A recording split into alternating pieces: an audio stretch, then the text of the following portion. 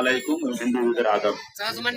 আজকের এই ব্রিজ নির্মাণ প্রকল্পের আওতায় মত বিনিময়ের সময় আমাকে সুযোগ করার জন্য সব ধন্যবাদ।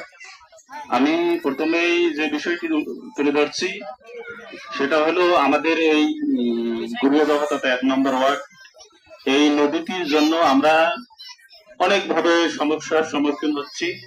শুধু কৃষি নয়, কৃষির পাশাপাশি শিক্ষা, ব্যবসা বাণিজ্য এবং নদী ভাঙ্গন প্রতিটি আমাদের সঙ্গে প্রতিনিয়ত লেগেই আছে।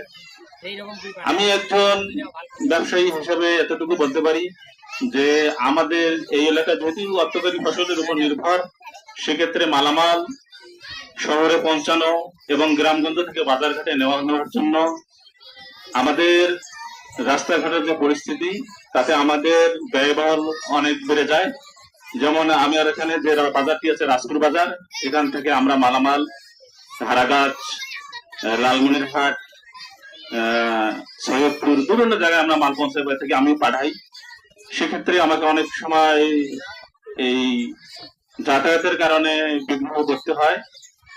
তো আমার আরজ যাতে অতি সত্তর এই ব্রিজটির জন্য একটি মানসম্মত এবং মানসম্মত ব্রিজে তৈরি করা হয়, যাতে এলাকাবাসী এবং সর্বস্তরের জনগণ আমরা এই সুবিধা ভোগ করতে পারি।